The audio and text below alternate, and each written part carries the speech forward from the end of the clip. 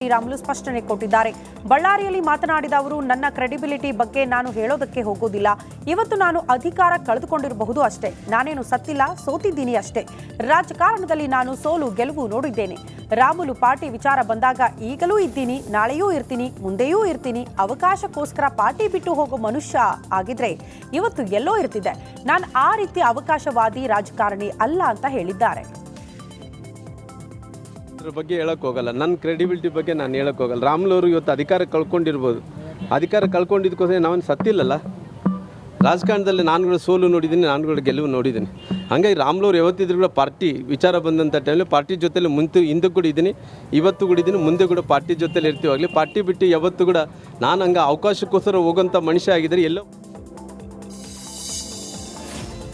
ಕೊಪ್ಪಳ ತಾಲೂಕಿನ ಬನ್ನಿಕೊಪ್ಪ ಗ್ರಾಮಸ್ಥರು ನಿವೃತ್ತ ಸೈನಿಕನಿಗೆ ಅದ್ದೂರಿಯಾಗಿ ಸ್ವಾಗತವನ್ನ ಕೋರಿದ್ದಾರೆ. ಬನ್ನಿಕೊಪ್ಪ ಗ್ರಾಮದ ಅರುಣ್ ಕುಮಾರ್ ಭಾರತೀಯ ಸೇನೆಯಲ್ಲಿ 20 ವರ್ಷ ಸೇವೆಯನ್ನು ಸಲ್ಲಿಸಿದ್ರು. ನಿವೃತ್ತಿ ಹೊಂದಿರುವಂತಹ ಹಿನ್ನೆಲೆ ಇಂದು ಅರುಣ್ ಕುಮಾರ್ ಸ್ವಗ್ರಾಮಕ್ಕೆ ಆಗಮಿಸಿದ್ರು. ಈ ಹಿನ್ನೆಲೆ ಗ್ರಾಮಸ್ಥರು ಡೊಳ್ಳು ಬಾರಿಸಿ ಪಟಾಕಿ ಸಿಡಿಸಿ ಆತನನ್ನ ಬರಮಾಡಿಕೊಂಡ್ರು. ಬಳಿಕ ಜೀಪ್ನಲ್ಲಿ ಊರು ತುಂಬೆಲ್ಲ ಅದ್ದೂರಿಯಾಗಿ ಮೆರವಣಿಗೆ ಮಾಡಿ ಸಂಭ್ರಮಿಸಿದ್ರು.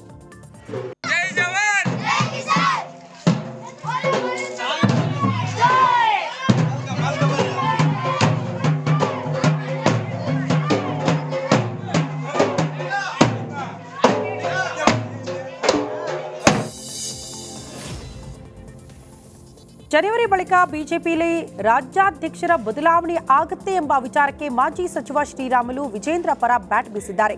ಬಳ್ಳಾರಿಯಲ್ಲಿ ಮಾತನಾಡಿದ ಅವರು, ಪಾರ್ಟಿ ಕಟ್ಟೋ ವಿಚಾರದಲ್ಲಿ ವಿಜೇಂದ್ರ ಕಿರಿಯರಾಗಿರಬಹುದು, ಆದರೆ ಪಕ್ಷದಲ್ಲಿ ಕೆಲವೊಬ್ಬರಲ್ಲಿ ಭಿನ್ನಾಭಿಪ್ರಾಯವೂ ಇರಬಹುದು. ಮುಂದೆ ಅವರು ಎಲ್ಲರನ್ನ ವಿಶ್ವಾಸಕ್ಕೆ ತೆಗೆದುಕೊಳ್ತಾರೆ. ಎಂಥದೇ ಪರಿಸ್ಥಿತಿ ನಮ್ಮ ಪಾರ್ಟಿ ಒಮ್ಮೆ ಅಧ್ಯಕ್ಷರನ್ನಾಗಿ ಮಾಡಿದ್ರೆ ಆ ಅವಧಿ ಪೂರ್ಣಗೊಳಿಸುತ್ತೆ. ಆ ಅವಧಿ ಪ್ರಕಾರ ಮುಗಿದ ಮೇಲೆ ಮುಂದೆ ಯಾರಾಗ್ತಾರೆ ಅನ್ನೋದನ್ನ ನೋಡಬೇಕಾಗುತ್ತೆ. ಹೀಗಾಗಿ ರಾಜ್ಯಾಧ್ಯಕ್ಷರಾಗಿರುವ ವಿಜೇಂದ್ರ ಅವರನ್ನ ಬದಲಾವಣೆ ಮಾಡೋದಿಲ್ಲ ಅಂತ ಹೇಳಿದ್ದಾರೆ. ಎಂಥ ಪರಿಸ್ಥಿತಿಯಲ್ಲೂ ಕೂಡ ನಮ್ಮ ಪಾರ್ಟಿ ಏನಿದೆನೋ ಒಂದು ಸರಿ ಅಧ್ಯಕ್ಷರಾಗಿ ಮಾಡಿದ ನಂತರ ಅವ್ರ ಅವಧಿ ಏನಿದೆನೋ ಅದೆಲ್ಲ ಕೂಡ ಪೂರ್ಣ ಆಗಬೇಕಾಗುತ್ತೆ. ಆ ಅವಧಿ ಪ್ರಕಾರ ಮುಂದಕ್ಕೇನು ಅವಧಿ ಮುಗಿದ ನಂತರ ಯಾರು ಆಗಬೇಕನ್ನೋದು ನೋಡ್ತದಲ್ಲಿ ಎಂಥ ಪರಿಸ್ಥಿತಿಯಲ್ಲೂ ಕೂಡ ನಮ್ಮ ರಾಜ್ಯಾಧ್ಯಕ್ಷರಂಥ ವಿಜೇಂದ್ರನ್ನ ಬದಲು ಮಾಡೋಕ್ಕೆ ಹೋಗಲ್ಲ. ಯಾಕಂದರೆ ಇವತ್ತು ಪಾರ್ಟಿಯನ್ನು ಕಟ್ಟಂಥ ವಿಚಾರದಲ್ಲಿ ಕಿರಿಯರಾಗಿರ್ಬೋದು, ಸಣ್ಣವರಾಗಿರ್ಬೋದು, ಆದರೆ ಕೂಡ ಇವತ್ತು ಪಕ್ಷದಲ್ಲಿದ್ದಂಥವ್ರನ್ನ ಕೆಲವು ಭಿನ್ನಾಭಿಪ್ರಾಯ ಇರ್ಬೋದು, ಇಲ್ಲ ಅನ್ನೋಲ್ಲ. ವಿಶ್ವ ಪಾರಂಪರಿಕ ತಾಣ ವಿಜಯನಗರ ಜಿಲ್ಲೆಯ ಹಂಪಿಯ ವಿಜಯ ವಿಠಲ ದೇಗುಲದಲ್ಲಿರುವಂತಹ ಸಪ್ತಸ್ವರ ಮಂಟಪಗಳಿಗೆ ಆಧುನಿಕ ಟಚ್ ಅನ್ನು ಕೊಡಲಾಗಿದೆ. ಭಾರತೀಯ ಪುರಾತತ್ವ ಸರ್ವೇಕ್ಷಣಾ ಇಲಾಖೆಯಿಂದ ವಿನೂತನ ಪ್ರಯೋಗ ಮಾಡಿದ್ದು, ಸಪ್ತಸ್ವರ ಮಂಟಪದ ಕಂಬಗಳನ್ನು ಮುಟ್ಟದೆ ಸಂಗೀತ ಆಲಿಸಲು QR ಕೋಡ್ ತಂತ್ರಜ್ಞಾನ ಅಳವಡಿಕೆ ಮಾಡಲಾಗಿದೆ. ದೇಶ ವಿದೇಶದ ಪ್ರವಾಸಿಗರು QR ಕೋಡ್ ಸ್ಕ್ಯಾನ್ ಮಾಡಿ ಸರಿಗಮ ನಾದ ಕೇಳಲು ಸಜ್ಜಾಗಿದ್ದಾರೆ. ದೇಶ ವಿದೇಶದಿಂದ ಹಂಪಿ ಅಂದ್ರೆ ಸಂಗೀತ ಮಂಟಪ. ಆ ಸಂಗೀತ ಮಂಟಪ ನೋಡೋದಕ್ಕೋಸ್ಕರ ತುಂಬ ಜನ ಬರ್ತಾರೆ. ತುಂಬ ಜನರಿಗೆ ಒಂದು ಕ್ಯೂರಿಯಾಸಿಟಿ ಅಂದರೆ ಕುತೂಹಲ, ಕಲ್ಲಲ್ಲಿ ಸಂಗೀತ ಹೇಗೆ ಬರುತ್ತೆ, ಅದನ್ನು ನಂಬಕ್ಕೆ ಸಾಧ್ಯನಾ ಅಂತ. ಆದರೆ ಆ ಒಂದು ನಂಬಿಕೆನ ಉಳಿಸ್ಕೊಳ್ಳೋಕ್ಕೆ ಇವತ್ತು ಆರ್ಕಿಯಾಲಜಿಕಲ್ ಸರ್ವೆ ಆಫ್ ಇಂಡಿಯಾದವರು QR ಕೋಡ್ ಮುಖಾಂತರ ಆ ಕಂಬದಲ್ಲಿ ಬರುವಂಥ ಸಪ್ತ ಸ್ವರಗಳ ನಾದ. ಯತ್ನಾಳ್ ಅವರನ್ನ ಪಕ್ಷದಿಂದ ಉಚ್ಚಾಟಿಸಬೇಕು ಎಂಬ ವಿಚಾರಕ್ಕೆ ಶ್ರೀರಾಮುಲು ಪ್ರತಿಕ್ರಿಯೆ ನೀಡಿದ್ದಾರೆ. ಬಳ್ಳಾರಿಯಲ್ಲಿ ಮಾತನಾಡಿದ ಅವರು, ಯತ್ನಾಳ್ ಆದರೂ ಬಿಜೆಪಿನೇ, ವಿಜೇಂದ್ರ ಅವರು ಕೂಡ ಬಿಜೆಪಿನೇ. ಗುಂಪುಗಾರಿಕೆ ಆದಂತಹ ಸಂದರ್ಭದಲ್ಲಿ ಈ ರೀತಿ ಆಗುತ್ತೆ. ಯಾವ ಗುಂಪುಗಾರಿಕೆ ಆಗುವುದು ಬೇಡ. ಉಚ್ಚಾಟನೆ ಮಾಡೋದ್ರಿಂದ ಏನ್ ಪ್ರಯೋಜನ ಆಗುತ್ತೆ ಅಂತ. ಯತ್ನಾಳ್ ಏನ್ ಸಣ್ಣವರ? ಅವರು ಕೇಂದ್ರದಲ್ಲಿ ಮಂತ್ರಿ ಆದವರು, ರಾಜ್ಯದಲ್ಲೂ ಕೆಲಸ ಮಾಡಿದಂಥವರು, ಶಾಸಕರಾಗಿದ್ದರೂ ಕೂಡ ಸಣ್ಣವರಲ್ಲ. ಅವರು ಅನುಭವ ಇರುವಂಥವರು ಅಂತ ಹೇಳಿದ್ದಾರೆ. ನಾವೆಲ್ಲರೂ ಸೇರಿದ್ರೆ ಮಾತ್ರ ಪಾರ್ಟಿ ಆಗುತ್ತೆ. ಮುಂದಿನ ದಿನಗಳಲ್ಲಿ ನಾವು ಅಧಿಕಾರಕ್ಕೆ ಬರೋದಕ್ಕೆ ಏನ್ ಮಾಡಬೇಕು ಅದನ್ನ ಪ್ರಯತ್ನ ಮಾಡ್ತೀವಿ ಅಂತ ಹೇಳಿದ್ದಾರೆ. ಯತ್ನಾಳ್ ಅವರು ಕೂಡ ಬಿಜೆಪಿನೇ, ವಿಜೇಂದ್ರ ಅವರು ಕೂಡ ಬಿಜೆಪಿನೇ, ಇನ್ನೊಬ್ಬರು ಕೂಡ ಬಿಜೆಪಿನೇ. ಯಾಕಂದರೆ ಯಾವುದು ಕೂಡ ಕೆಲವೊಂದು ಸಂದರ್ಭದಲ್ಲಿ ಗುಂಪುಗಾರಿಕೆ ಆದಂಥ ಟೈಮಲ್ಲಿ ಈ ರೀತಿ ಆಗ್ತಿರ್ತಾವ. ನಾನು ಯಾವ ಗುಂಪುಗಾರಿಕೆ ಆಗೋದು ಬೇಡ. ಉಚ್ಚಾಟನೆ ಮಾಡೋದ್ರಿಂದ ಏನು ಪ್ರಯೋಜನ ಆಗುತ್ತೆ? ಇವತ್ತು ಯತ್ನಾಳ್ ಅವರೇನು ಸಣ್ಣವರ? ಅವರು ಕೂಡ ಕೇಂದ್ರದಲ್ಲಿ ಮಂತ್ರಿ ಆದಂಥವ್ರು, ರಾಜ್ಯದಲ್ಲಿ ಕೂಡ ಕೆಲಸ ಮಾಡಿದಂಥವ್ರು, ಶಾಸಕರಿದ್ದಂಥವ್ರು, ಇಲ್ಲಿದ್ದಂಥವ್ರು ಕೂಡ ಏನು ಸಣ್ಣವರಲ್ಲ, ಅವರು ದೊಡ್ಡವರು ಇದ್ದಾರೆ. ಅವರು ಕೂಡ ಕೆಲಸ ಮಾಡಿದಂಥವ್ರು, ಎಲ್ಲರೂ ಕೂಡ ಅನುಭವದಿದ್ದಂಥ ರಾಜಕಾರಣಿಗಳು ನಾವೆಲ್ಲರೂ ಇದ್ದೀವಲ್ಲ. ಹಂಪಿ ಪ್ರಾಧಿಕಾರದ ಒಳಪಟ್ಟ ರೈತರಿಗೆ ಸಂಕಷ್ಟ ಶುರುವಾಗಿದೆ. ಕೊಪ್ಪಳ ಜಿಲ್ಲೆಯ ಗಂಗಾವತಿ ತಾಲೂಕಿನ ಆನೆಗುಂದಿ, ಅಂಜನಾದ್ರಿ, ವಿರೂಪಾಪುರ ಗಡಿ ಭಾಗದ ರೈತರಿಗೆ ಈಗ ತೋಟಗಾರಿಕೆ ಬೆಳೆಗಳ ಸಂಗ್ರಹಕ್ಕೆ ಗೋಡೌನ್ ಹಾಗೆ ಕಾರ್ಮಿಕರ ವಸತಿಗೂ ಕಟ್ಟಡ ನಿರ್ಮಿಸಲು ಅಧಿಕಾರಿಗಳು ಬಿಡ್ತಾ ಇಲ್ವಂತೆ. ಅಧಿಕಾರಿಗಳು ಕಾಟಕ್ಕೆ ಬೇಸತ್ತ ರೈತರು ಜಮೀನಲ್ಲಿ ತೋಟಗಾರಿಕೆ ಬೆಳೆಗಳನ್ನು ಬೆಳೆಯಲಾಗಿದೆ. ಇನ್ನು ಪರದಾಡುವಂತಾಗಿದೆ. ವಸತಿಗೆ ಅನುಕೂಲ ಇಲ್ಲದೆ ಕೆಲಸಕ್ಕೆ ಕಾರ್ಮಿಕರು ಸಿಗ್ತಿಲ್ಲ ಅಂತ ರೈತರು ಆಕ್ರೋಶವನ್ನು ವ್ಯಕ್ತಪಡಿಸುತ್ತಿದ್ದಾರೆ. ಅದರಲ್ಲಿ ಅವ್ರೇನಂತಂದರೆ ಕೃಷಿ ವಲಯವಾಗಿ ನಾವು ಕನ್ಸಿಡರ್ ಮಾಡಿದ್ವಿ ವಿರುಪಾಪುರ ಗಡ್ಡೆಯನ್ನು ಅಂತ ಇದ್ದಾರೆ.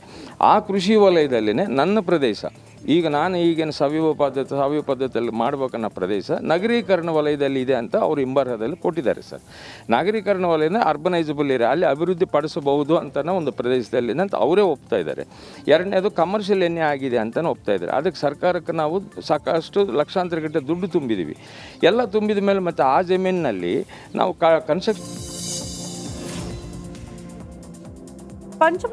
ಪಂಚಮಸಾಲಿ ಸಮುದಾಯಕ್ಕೆ 2A ಮೀಸಲಾತಿಗಾಗಿ ಹೋರಾಟ ವಿಚಾರಕ್ಕೆ ಬಳ್ಳಾರಿಯಲ್ಲಿ ಶ್ರೀರಾಮುಲು ಪ್ರತಿಕ್ರಿಯೆ ನೀಡಿದ್ದಾರೆ. ಪಂಚಮಸಾಲಿ ಮೀಸಲಾತಿ ವಿಚಾರವಾಗಿ ಮೃತ್ಯುಂಜಯ ಸ್ವಾಮೀಜಿಗಳ ನೇತೃತ್ವದಲ್ಲಿ ಹೋರಾಟ ನಡೀತಾ ಇದೆ. ಪಂಚಮಸಾಲಿ ಸಮುದಾಯಕ್ಕೆ 2A ಕೊಡಬೇಕು ಅಂತ ನಾವು ತೀರ್ಮಾನ ತೆಗೆದುಕೊಂಡಿದ್ವಿ. ಈ ಸರ್ಕಾರ ಬಂದ ಮೇಲೆ ಮುಖ್ಯಮಂತ್ರಿಗಳು ಕೊಡೋದಕ್ಕೆ ಆಗಲ್ಲ ಅಂತ ಹೇಳಿದ್ದಾರೆ. ಪಂಚಮಸಾಲಿ ಸಮುದಾಯದಲ್ಲಿ ಬಹಳಷ್ಟು ಜನ ಬಡವರಿದ್ದಾರೆ. ಏನೇನು ಸಿಗಬೇಕು ಅದೆಲ್ಲವನ್ನ ಕಳೆದುಕೊಂಡಿದ್ದಾರೆ. ಪಂಚಮಸಾಲಿ ಸಮುದಾಯಕ್ಕೆ 2A ಕೊಡೋದ್ರಿಂದ ತಪ್ಪೇನಾಗುತ್ತೆ? ಲಾಠಿ ಚಾರ್ಜ್ ಮಾಡಿಸೋದು, ಸಿಕ್ಕಲ್ಲಿ ಹೊಡೆಸೋದು ನೋಡಿದ್ರೆ ಸಿಎಂಗೆ ಅವರ ಬಗ್ಗೆ ಕಾನ್ಫಿಡೆನ್ಸ್ ಇಲ್ಲ ಅನ್ನೋದನ್ನ ತೋರಿಸುತ್ತೆ ಅಂತ ಕಾಂಗ್ರೆಸ್ ವಿರುದ್ಧ ಕಿಡಿಕಾರಿದ್ದಾರೆ.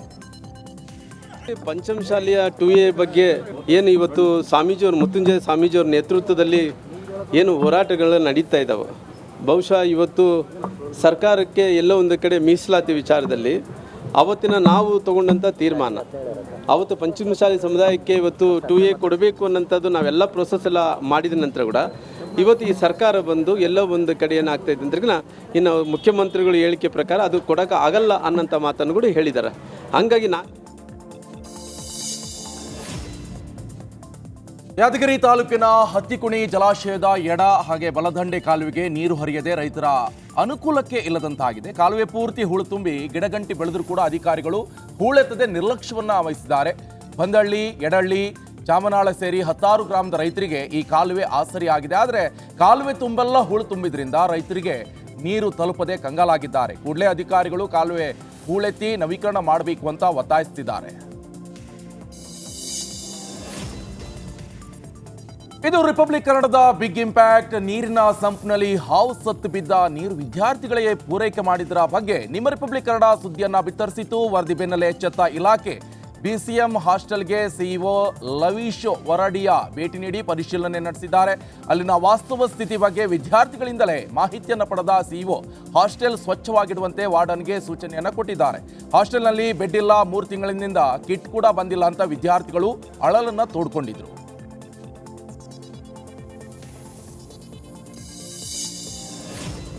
ಹಾವೇರಿ ಜಿಲ್ಲೆ ರಟ್ಟಿಹಳ್ಳಿ ತಾಲೂಕಿನ ಮಕ್ರಿ ಗ್ರಾಮದಲ್ಲಿನ ಆರಾಧ್ಯ ದೈವ ದುರ್ಗಾದೇವಿಯ ದೇವರ ಕೋಣ ಕಾಣೆಯಾಗಿದೆ. ಸಮಿತಿಯ ಸದಸ್ಯರು ಕೋಣ ಹುಡುಕಿ ಕೊಡುವಂತೆ ರಟ್ಟಿಹಳ್ಳಿಯಲ್ಲಿ ಪೊಲೀಸರಿಗೆ ಮನವಿ ಮಾಡಿದ್ದಾರೆ. 4 ವರ್ಷದ ದೇವರ ಕೋಣ ಕಳೆದ 2 ತಿಂಗಳಿನಿಂದ ಕಾಣೆಯಾಗಿದೆ. ಸುತ್ತಮುತ್ತಲಿನ ಗ್ರಾಮಗಳಲ್ಲಿ ಹುಡುಕಾಟ ನಡೆಸಿದ್ರೂ ಇದುವರೆಗೂ ಕೋಣದ ಸುಳಿವು ಪತ್ತೆಯಾಗಿಲ್ಲ. ದೇವರ ಕೋಣ ಊರಲ್ಲಿ ಇದ್ರೆ ಗ್ರಾಮಕ್ಕೆ ಒಳಿತಾಗುತ್ತೆ ಅನ್ನೋ ನಂಬಿಕೆ ಇದೆ. ಹೀಗಾಗಿ ಕೋಣ ಹುಡುಕಿ ಕೊಡುವಂತೆ ಗ್ರಾಮಸ್ಥರು ಪೊಲೀಸರಿಗೆ ಮನವಿ ಮಾಡಿಕೊಂಡಿದ್ದಾರೆ.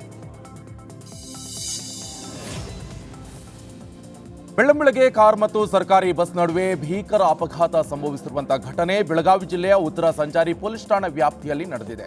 ಬಸ್ ಚಾಲಕನ ನಿಯಂತ್ರಣ ತಪ್ಪಿ ಡಿಕ್ಕಿ ಹೊಡೆದಿದೆ. ಇನ್ನು ಈ ಅಪಘಾತದಲ್ಲಿ ಯಾವುದೇ ಪ್ರಾಣಾಪಾಯ ಸಂಭವಿಸಿಲ್ಲ. ಅಪಘಾತದಿಂದ ಬೆಳಗಾವಿ ಅಶೋಕ್ ವೃತ್ತದ ಬಳಿ ಟ್ರಾಫಿಕ್ ಜಾಮ್ ಉಂಟಾಗಿ ವಾಹನ ಸವಾರರು ಪರದಾಡುವಂತಾಗಿತ್ತು. ಬಾಗಲಕೋಟೆಯಲ್ಲಿ ಸಿರಿಧಾನ್ಯ ಮೇಳ ಆಯೋಜನೆ ಮಾಡಲಾಗಿತ್ತು. ಈ ಮೇಳದಲ್ಲಿ ಜಿಲ್ಲೆಯ 100 ಜನ ಕೂಡ ಭಾಗಿಯಾಗಿದ್ರು. ಸಿರಿಧಾನ್ಯ ಆಹಾರ ಸುಸ್ಥಿರ ಆರೋಗ್ಯಕ್ಕೆ ತುಂಬಾ ಪ್ರಯೋಜಕ. ಆದರೆ ಇತ್ತೀಚೆಗೆ ಸಿರಿಧಾನ್ಯಗಳನ್ನು ಬೆಳೆಯುವ ರೈತರ ಸಂಖ್ಯೆ ಭಾರಿ ಪ್ರಮಾಣದಲ್ಲಿ ಕಡಿಮೆಯಾಗಿದೆ. ಹೀಗಾಗಿ ಒಂದೇ ಕಡೆ ಜನರಿಗೆ ಸಿಗುವಂತೆ ಸಿರಿಧಾನ್ಯ ಮೇಳ ಆಯೋಜನೆ ಮಾಡಲಾಗಿದೆ. KIDB ಇಲಾಖೆ ಧಾರವಾಡದಲ್ಲಿ ಅಧಿಕಾರ ದುರ್ಬಳಕೆ ಹಿನ್ನೆಲೆ ರಾಣೆಬೆನ್ನೂರು ಆಹಾರ ನಿರೀಕ್ಷಕ